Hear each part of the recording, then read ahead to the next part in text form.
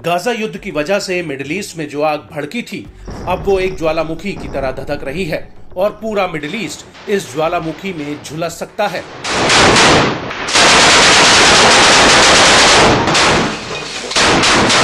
वो इसलिए क्योंकि पहले तो इजराइल सिर्फ हमास और हिजबुल्लाह से लड़ रहा था, लेकिन अब यमन का हूती लगातार इस आग को भड़काने में लगा है।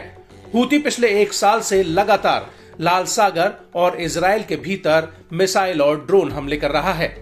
अमेरिका और ब्रिटेन ने हूती के हथियारों के ठिकानों पर एयर स्ट्राइक की थी, लेकिन उसके बाद भी हूती के हमले बदस्तूर जारी हैं।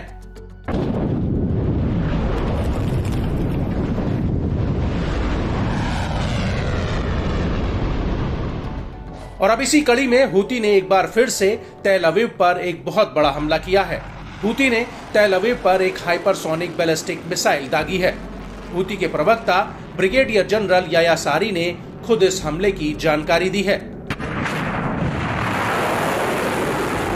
याया सारी का कहना है कि हूती के लड़ाकों ने तेल अवीव में एक मिलिट्री टारगेट पर फिलिस्तीन 2 हाइपरसोनिक मिसाइल फायर की और ये मिसाइल इजराइल और अमेरिका के सभी एयर डिफेंस को भेदते हुए टारगेट पर जाकर लगी है।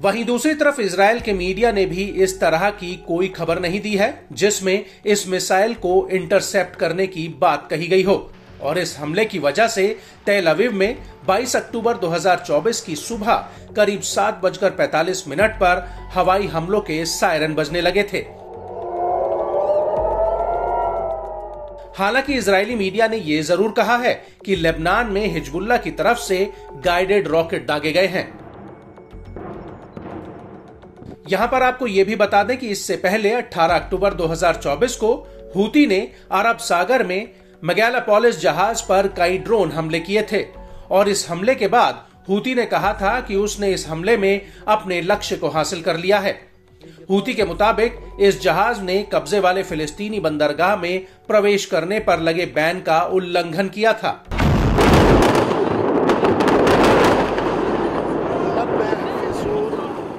आपको बता दें कि 7 अक्टूबर 2023 के बाद से हूती ने लाल सागर में 130 से ज्यादा हमले किए हैं। बड़ी बात यह है कि हूती के हमले से पहले लाल सागर भूमध्य सागर से दुनिया का करीब 10 से 15% वैश्विक व्यापार होता था, जो अब पूरी तरह से ठप हो गया है। और अब शिपिंग कंपनियां अपने जहाजों को दक्षिण अफ्रीका होते हुए भेज रही हैं और ये रूट काफी लंबा और खर्चीला भी है। और यह हूती के हमलों का ही असर है कि पिछले साल अक्टूबर 2023 में स्वेज नहर से जहां रोजाना जहाजों की आवाजाही की संख्या औसतन 80 थी, वही अब घटकर सिर्फ 29 रह गई है।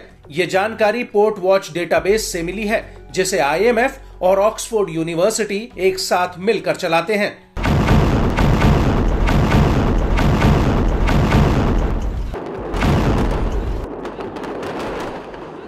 और इसी अवधि के दौरान यानी पिछले साल अक्टूबर में इसी रूट पर रोजाना 48.9 लाख मीट्रिक टन का व्यापार होता था, जो अब घटकर मात्र 13.6 लाख मीट्रिक टन रह गया है।